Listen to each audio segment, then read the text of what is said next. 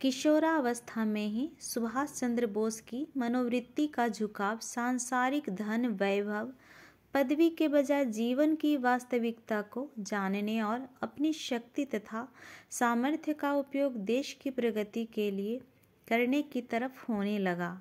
उनके मित्र उनको सन्यासी के नाम से पुकारते थे। इसी समय उन्होंने अपने जीवन के संबंध में विचार करते हुए एक पत्र लिखा था, जो इस प्रकार है। मैं दिन पर दिन अनुभव करता जाता हूँ कि हमारे जीवन का एक विशेष लक्ष्य या उद्देश्य है और उसी के लिए हम संसार में आए हैं। लोग तो इस संबंध में भला बुरा कहते ही रहते हैं, पर मैंने निश्चय कर लिया है कि मैं प्रचलित विचारधारा में नहीं बहूंगा। मैं अपनी सूक्ष्म अंतरात्मा में यह अनुभव करता हूँ कि मेरे ऊपर ऐसी भावना का प्रभाव नहीं पड़ सकता। यदि संसार के व्यवहार से प्रभावित होकर मैं अपने मन में दुख, निराशा आदि का अनुभव करूँ तो मैं समझूंगा कि यह मेरी दुर्बलता है। पर जिसकी दृष्टि आसमान की ओर लगी है, उसे इस बात का कुछ पता ही नहीं रहता कि सामने पहाड़ है या कुआं। इसी प्रकार जिसका लक्ष्य एकमात्र अपने उद्देश्य और आदर्श की तरफ होता है, उसका अन्य विषयों पर ध्यान ही नहीं जाता। कुछ भी हो, अब मुझे यह अनुभव होता है कि हमको अपना मनुष्यत्व सार्थक करने के लिए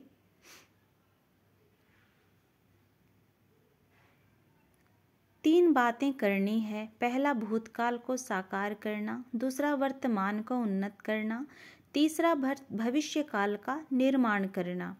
इन तीन बातों की व्यवस्था इस प्रकार की, मैं प्राचीन काल के समस्त इतिहास और संसार की समस्त सभ्यताओं का अध्ययन करूंगा। मुझे अपना अध्ययन भी करना है। अपने चारों तरफ की दुनिया को अच्छी तरह समझना चाहिए।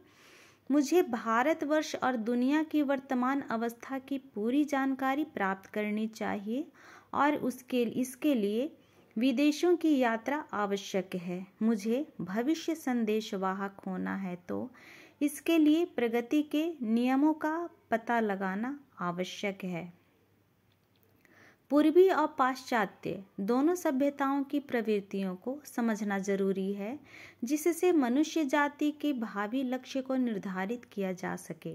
इससे श्री सुभाष की मानसिक अवस्था का बहुत कुछ पता चलता है कि उनको छोटी आयु से ही यह अनुभव हो गया था कि मानव जीवन केवल खाने पीने और भोग करने के लिए नहीं है, वरन भगवान ने हम सबको इस जगत में किसी उच्च आदर्श की पूर्ति के लिए भेजा है। सुभाष चंद्र के ये उद्गार निश्चय ही उनके अंतरात्मा से निकल रहे थे।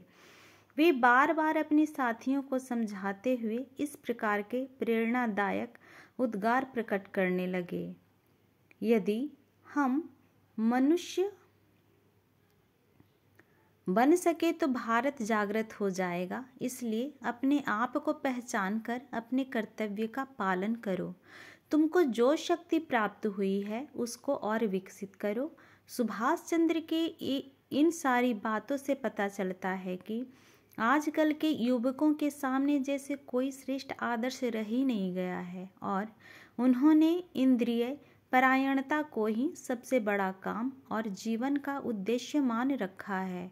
सुभाष बाबू का जीवन यह बतलाता है कि किस प्रकार उन्होंने सब प्रकार की सुख सामग्री होने पर भी इन तुच्छ बातों की तरफ आंखें न उठाकर मानवता के लिए त्याग और बलिदान को ही मनुष्य जन्म का चरम फल माना और उसे कार्य रूप में परिणत कर दिखाया। वे स्वयं ही महानता के इस मार्ग पर अग्रसर नहीं हुए, वरन अन्य भी हजारों व्यक्तियों को प्रेरणा देकर देशभक्त और स्वाधीनता का सैनिक बना दिया।